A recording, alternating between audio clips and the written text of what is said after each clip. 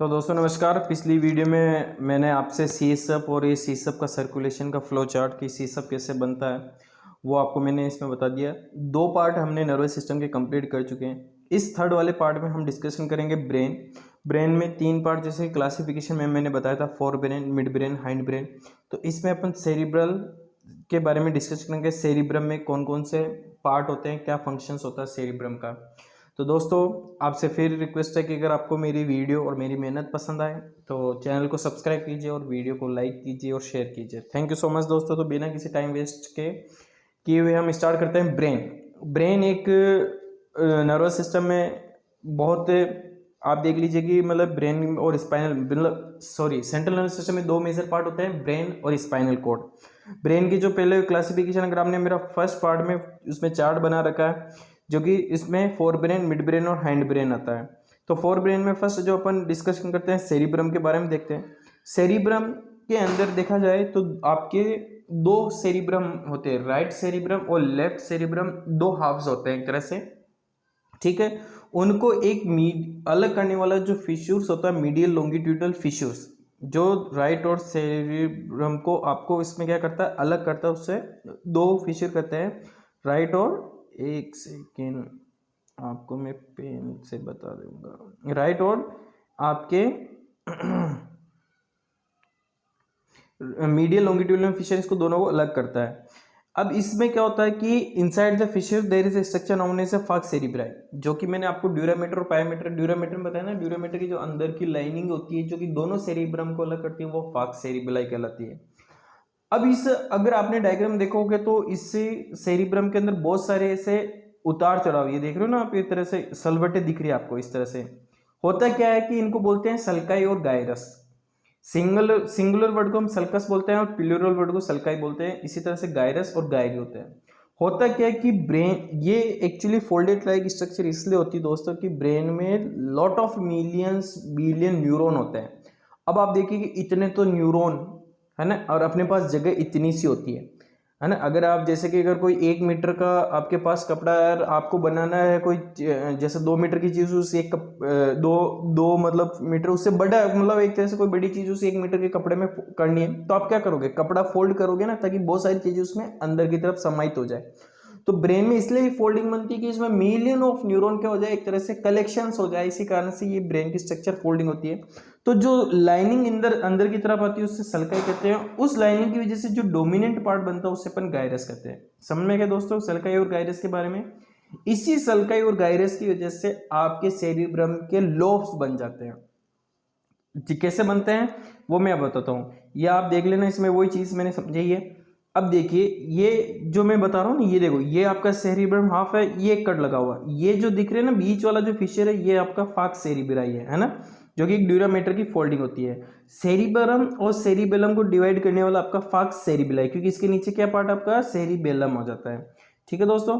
अब ये देखिए, ये जो मैं सल्काई और बात कर रहा हूं, अब आपके मेजर तीन सल्कस होने की वजह से आपका सेरिब्रम जो होता है 4 लो में बढ़ जाता है, फ्रंटल, पैराइटल, ऑक्सीपिटल और टेम्पोरल। जैसे आपकी बोन होती है ना, वैसे इनका नाम दिया गया है आपकी सल्कस और लोब्स इसके अंदर दिया गया है। कौन कौन से मेजर सल्कस है, ये फ्रंटल एरिया ना, ये जो दिख रहा है आपको सेंट्रल सल्कस, ये डिवाइड बनाता है आपके फ्रंटल लोब और पैराइटल लोब को अलग से करता है। ये एक सल्कस होता है आपका लेटरल सल्कस, जिससे आपका टेम्पोरल, फ्रंटल और आपका पेराइटल अलग हो जाता है। ये एक सल्कस होता है जो आपका क्या होता है, पेराइटल ऑक्सीपिटल सल्कस होता है, जिससे ऑक्सीपिटल अलग होता है। अब इनके अंदर भी क्या होते हैं कि छोटे छोटे, अब आपको ये तो क्या होता है कि 3 सल्कस की वजह से मेजर मेजर लोब डिवाइड हो गए। अब हर फ्रंटल लोब इसके अंदर आप देखेंगे कि ये देखिए, ये हटा रहा हूं मैं, अब ये देखिए इसके अंदर ये क्या है, सुपीरियर सल्कस, ये मीडियल सल्कस इसमें मीडियल होता नहीं है, एक दो सल्कस है, सुपीरियर और इंफीरियर सल्कस। इस सेंट्रल के आगे एक सल्कस होता है pre motor, pre central sulcus होता है, ये फ्रंटल लोब के अंदर ही है। इनका अलग अलग, क्योंकि इनमें भी क्या होता है कि बहुत सारे एरियाज होते हैं जो कि डिफरेंट फंक्शंस करते हैं। ठीक है, इसी तरह से ये आपका क्या हो गया, सुपीरियर, ये मिडल और ये एक इंफीरियर यहाँ पे प्रेजेंट होता है। ये इसमें टेम्पोरल में 2 सल्कस है, पर मेजर आपको ये ध्यान रखना है कि सेंट्रल सल्कस, लेटरल सल्कस और ऑक्सीपिटल सर्कल की वजह से आपके 4 लोब बन गए। अब हम बात करते हैं पर्टिकुलर फ्रंटल एरिया में ऐसे कौन कौन से एरिया हैं जो फंक्शनिंग है, कौन कौन से इसके अंदर क्या वर्क करता है? फ्रंटल लोब में मेजरली 6 एरिया इसमें डिवाइड होते हैं। प्री सेंट्रल कॉर्टेक्स फर्स्ट इसमें जो डिवाइड करते हैं, प्री सेंट्रल कॉर्टेक्स जो कि कहाँ है आपका, ये जो आप देखते हैं ना प्री सेंट्रल कॉर्टेक्स, मैं बताऊं आपको, ये पर्टिकुलर आपके इस साइड में ये एक तो प्री सेंट्रल कॉर्टेक्स है, मतलब पोस्ट आपका ये आपका प्री फ्रंटल है ना, फ्रंटल क्या कि प्री फ्रंटल है तो पीछे की तरफ जो भी होता है जिसमें आपका सुपीरियर सर्कस मिडिल सर्कस का पीछे वाला हिस्सा आ जाता है, आपका प्री मोटर सर्कस आ जाता है। ये आपके मेजर 2 सर्कस डिवाइड होते हैं, एरिया डिवाइड होते हैं, तो प्री सेंट्रल और एक प्री फ्रंटल। प्री सेंट्रल देख लीजिए, pre central cortex refer to the posterior part of frontal lobe that includes central sulcus, precentral gyrus and posterior part of superior middle and inferior frontal gyri। जो posterior part होते हैं ना इसके gyrus, क्योंकि जैसे sulcus देखो 2 sulcus ये बन रहे हैं ना, सुपीरियर और इंफीरियर सल्कस, इसकी वजह से 3 गायरी बन गए, सुपीरियर गायरी, मिडल गायरी और इंफीरियर गायरी। तो इनके जो सेंट्रल जो अपन देख रहे हैं ना ये वाला, ये इसके पीछे वाला पार्ट है, आगे वाला प्री फ्रंटल, ये प्री सेंट्रल, ठीक है, कॉर्टेक्स, 2 कॉर्टेक्स इसमें हो गए। अब इसके अंदर प्री सेंट्रल में एक तो प्राइमरी मोटर कॉर्टेक्स जो कि आपके सबसे मोटर एक्टिविटी का कंट्रोल, जहां से आपके न्यूरॉन जनरेट होते हैं वो प्राइमरी मोटर कंट्रोल होता है। प्री मोटर कॉर्टेक्स जो कि उसके कोऑर्डिनेशन के लिए होता है कि भाई प्राइमरी मोटेक्स से, जैसे अगर आप पियानो बजा रहे हैं, पियानो बजाना सीखते हैं तो इससे थोड़ी कि एक हाथ की फिंगर होती है, तो प्री मोटेक्स एरिया क्या करता है, उस फिंगर की मसल्स को कोऑर्डिनेशन करने के लिए होता है, पर मोटर एरिया में डिवाइड होता है। एक होता है ब्रोका एरिया, ब्रोका एरिया वो होता है जो आपकी लिप्स की मसल्स को वॉलेंट्री कंट्रोल, मतलब वो क्या करता है आपकी स्पीच आर्टिकुलेशन, अभी जैसे मैं बोल रहा हूं तो वो शब्दों को किस तरह से जोड़ना है, शब्दों को किस तरह से बोलना है, वो केवल इतना ही काम होता है ब्रोका एरिया। क्योंकि यहां कंफ्यूज हो जाते हो आप ब्रोका एरिया और वर्निक्स एरिया में। वर्निक्स एरिया आपका टेम्पोरल लोब में आता है, ब्रोका एरिया तो आपके स्पीच को आर्टिकुलेशन, जैसे शब्दों को जोड़ रहा है कि हाँ, हेलो, हे। वर्निक्स एरिया उस शब्दों को समझने की कैपेसिटी देता है जिससे आप कम्युनिकेशन करते हैं। समझ में आ गया दोस्तों?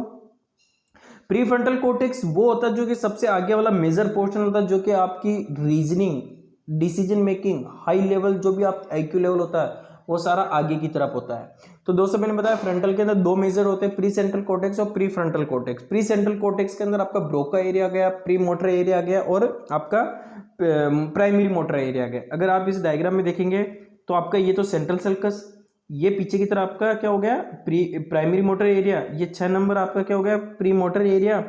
ये आपका क्या हो गया, यहाँ पे एक फ्रंट आई फील्ड एरिया भी होता है जो कि मीडियल में सिचुएटेड होता है, ये आई की वॉलेंट्री मसल्स को कंट्रोल करता है। ये बाकी के एरिया आपका क्या हो गया, फ्रंटल कॉर्टेक्स एरिया गया, ये आपका ब्रोका एरिया आ गया दोस्तों, ठीक है ना। ये जो नंबरिंग दे रखी इसमें यहाँ पे जैसे 4 दे रखा है, ब्रोका एरिया का 41 है, ये नंबरिंग आपको याद करनी पड़ेगी क्योंकि ये ब्रेन के जैसे जैसे इवोल्यूशन होता गया वैसे वैसे इनकी रिसर्च होती गई। आप इसमें डायग्राम में मैं आपको और बता दूंगा, देखिए ये कलर वाइज आपको इसमें दे रखा है, ठीक है ना। ये जैसे कि सेंट्रल सर्कस ये डिवाइड हो रहा है, ये प्राइमरी मोटर एरिया इसके अंदर पूरा रेड कलर का कर रखा है, उससे कम रेड का आपका सप्लीमेंट्री मोटर एरिया, ये दोनों कोऑर्डिनेट करते हैं। ये प्री मोटर कॉर्टेक्स एरिया इसी में आ गया आपका, ये प्री फ्रंटल एरिया जो कि आपको डिसीजन मेकिंग के लिए रिस्पॉन्सिबल है, ठीक है दोस्तों। यही चीज इसमें समझा रखी है। अब मैंने आपको एक अच्छी इतनी इंडेक्स बना रखी कि इसमें पूरा समझ में आ जाएगा कि देखो फ्रंटल लोब की पढ़ रहे हैं, फ्रंटल में मोटर एरिया, मोटर एरिया को इसमें नंबर दे रखा है। मैंने आपको ये लिस्ट जो बनाई है बहुत मेहनत करके इजी बनाई, इसको पढ़िए दोस्तों। मोटर एरिया 4 नंबर है मोटर एरिया में, जिसके अंदर प्री सेंट्रल गायरस सिचुएशन, ये इसकी देखो लोब्स है, एरिया है, एरिया नंबर है, लोकेशन है और इसका फंक्शन है। तो इसकी फ्रंटल में मोटर एरिया जो होता है इसकी लोकेशन का है प्री सेंट्रल गायरस, जो कि पीछे की तरफ, सेंट्रल सर्कस के आगे जो गायरस होता है वो pre central gyrus, central sulcus के जो पीछे होता है वो पोस्टीरियर गायरस, पोस्टीरियर कह सकते हैं इसको या पोस्ट सेंट्रल गायरस कह सकते हैं, जो कि एक सेंसरी इंफॉर्मेशन के लिए रिस्पॉन्सिबल है, जो कि आपके पैराइटल लोब में होता है दोस्तों। अब इसका फंक्शन क्या है मोटर एरिया का, control voluntary activity of the opposite of the body. ये तो आप भी समझते हैं कि जो राइट साइड के बॉडी का कंट्रोल लेफ्ट के पास होता है, लेफ्ट वाले का आपके राइट के पास होता है। Pre motor area, area number 6 इसको देते हैं, इसकी सिचुएशन है posterior part of superior middle and inferior gyrus. Pre motor area होता है जो कि ये आपकी just posterior part of superior middle and inferior Gayri का होता है। इनका काम है coordinate movement initiate by primary motor area. ये क्या करते हैं, कोऑर्डिनेट करते हैं जो कि प्राइमरी मोटर एरिया से कोऑर्डिनेशन जो भी न्यूरॉन्स आते हैं। सीधा सा एग्जांपल है, जैसे आप गिटार बजाते हैं, अब आप गिटार बजाते हैं तो कौन सी फिंगर यूज करनी है, किस तरह से उसको हैंडल को पकड़ना है, तो ये कोऑर्डिनेट हुआ ना, मूवमेंट जनरेट तो मोटर एरिया से होगा, पर उसको कोऑर्डिनेट करने के लिए आपका क्या होगा, प्री मोटर एरिया होगा कि किस तरह से वो इनिशिएट करेगा, किस तरह से उसको एक्टिविटी को डन करेगा, वो चीज होती है। फ्रंटल आई फील्ड में बता दिए जिसका एरिया नंबर 6 और 8 क्या होता है, इसका लोकेशन है posterior part of medial frontal gyrus. जो मीडियल फ्रंटल गायरस के वहां पे आपकी इसकी एग्जैक्ट लोकेशन है, डायग्राम दोस्तों पीछे देख लेना। और ये कहता है आई की मसल्स की वॉलेंट्री मूवमेंट को कंट्रोल करता है। मोटर स्पीच एरिया, देखिए नाम से पता चल रहा है मोटर स्पीच एरिया। दूसरा नाम इसका ब्रोका एरिया जो 44 और 45 एरिया इंफीरियर गायरस के पास है, और production of voice and articulation of speech. इसी तरह से फ्री फ्रंटल 9, 10, 11, 12, द रिमेनिंग जो बाकी जो 50 पार्ट है फ्रंटल लोब में एंटीरियर की तरफ, वो आपका प्री फ्रंटल एरिया है। इसका काम आपका perform intellectual function, thinking, planning, organising. Parietal lobe में आपके सबसे मेजर पैराइटल लोब में सोमेटो सेंसरी एरिया आता है। Any type of peripheral body के अंदर है ना, आउटर ऑफ द पेरिफेरल यानी बॉडी में टच, पेन, प्रेशर, टेम्परेचर, ये सारे सेंसेशन किस में जाते हैं दोस्तों, पैराइटल लोब में जाते हैं, जो एरिया नंबर 1, 2, 3 है। Located in the post central gyrus, मतलब सेंट्रल सल्कस के पीछे कौन सा हो गया, post central gyrus of the parietal lobe just behind the central sulcus. This area is responsible for processing tactile sensation. Tactile sensation जैसे आपको कोई टच किया, अब टच अलग हो सकते हैं, कोई क्रूडली टच करो, pressure, temperature, pain, different parts of the body, चाहे सोमेटिक पेन हो चाहे विसरल पेन हो, मतलब सुपरफिशियली पेन या अंदर का पेन हो, ये आपके पैराइटल लोब के अंदर आते हैं दोस्तों। टेम्पोरल लोब आपको पता है कि ईयर जो मैंने इसमें बता रखा है, मेरी तो वीडियो ईयर पूरा समझा रखा है, क्योंकि ईयर जो बनता है आपकी टेम्पोरल बोन से ही बनता है। तो जहां पे भी टेम्पोरल आए इसका मतलब वहां पे कौन से एरिया होंगे दोस्तों, सुनने वाले एरिया, जिसे अपन कहते हैं ऑडिटरी सेंसरी एरिया। नाम आता है 41, 42, located in the superior temporal gyrus. आप याद रखो कि मैंने टेम्पोरल के अंदर 2 सल्काई बताई थे, सुपीरियर टेम्पोरल सल्काई और इंफीरियर टेम्पोरल सल्काई। तो उस सल्काई की वजह से जो 3 ग्रूव्स बन रहे थे, उसके सुपीरियर साइड में आपका ऑडिटरी एरिया जो कि हियरिंग और अंडरस्टैंडिंग लाउडनेस, ये आदमी कितनी आवाज में बात कर रहा है, क्या पिच है उसकी, वो उसके आइडेंटिफाई करता है। एक होता है ऑडिटरी साइकेटिक एरिया, ये होता है वर्निक्स एरिया दोस्तों, दिस इज वेरी इंपॉर्टेंट। आप ऑडिटरी सेंसरी एरिया से तो केवल उसकी पिच और साउंड सुन सकते हैं, पर वो सामने वाला पर्सन बोल क्या रहा है आपके लिए, वो आपको उसमें देता है कि coordination of auditory impression with past memory, identification, interpretation of sound. Sound को इंटरप्रिटेशन के लिए एंटी साइकोटिक एरिया होता है। ऑक्सीपिटल लोब दोस्तों जहां पे भी नाम आ जाए, इसका मतलब आपको विजुअल एरिया होता है आईज के लिए, जो आपको होता है डायरेक्ट नर्व। अगर आपने आई का पाथ भी देखा होगा, इसमें मैंने बता रखा है, सीधा सीधा कहा जाता है आपका ऑक्सीपिटल लोब में। तो विजुअल सेंसरी एरिया होता है।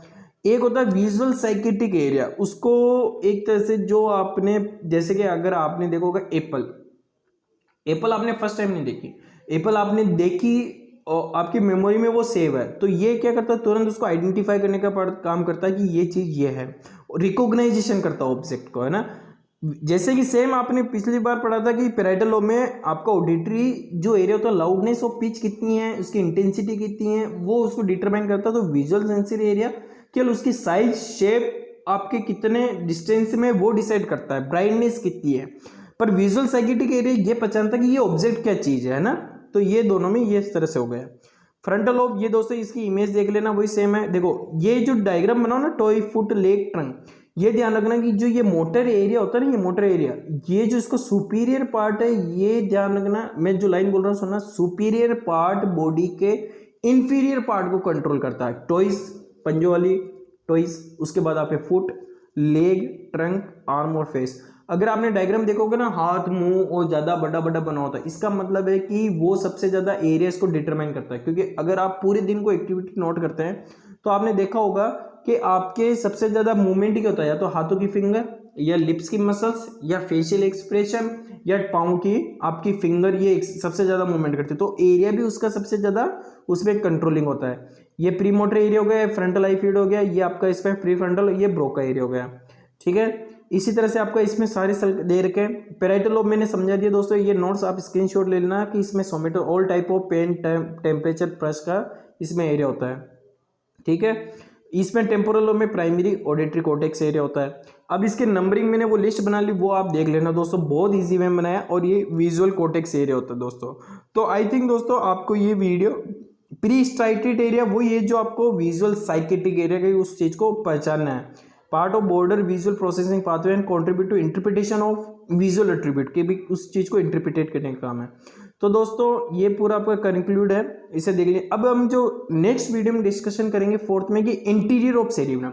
ये मैंने आउट ऑफ द एरिया बताया था कि इसमें क्या है, प्रीफ्रंटल लोब किस तरह से बनते हैं, पैराइटल लोब किससे बनता है। तो दोस्तों अगर वीडियो अगर पसंद आई है तो प्लीज़ आपसे ये रिक्वेस्ट है कि चैनल को सब्सक्राइब कीजिए, वीडियो को शेयर कीजिए। मैं इसी तरह से आपके लिए मेहनत करता रहूँगा। थैंक यू दोस्तों मच दोस्तों। अब इसके आगे जो हम पढ़ेंगे corpus striatum, caudate nucleus, lentiform nucleus, easy way में पढ़ेंगे, बहुत ईजी वे में ना। Thank you so much.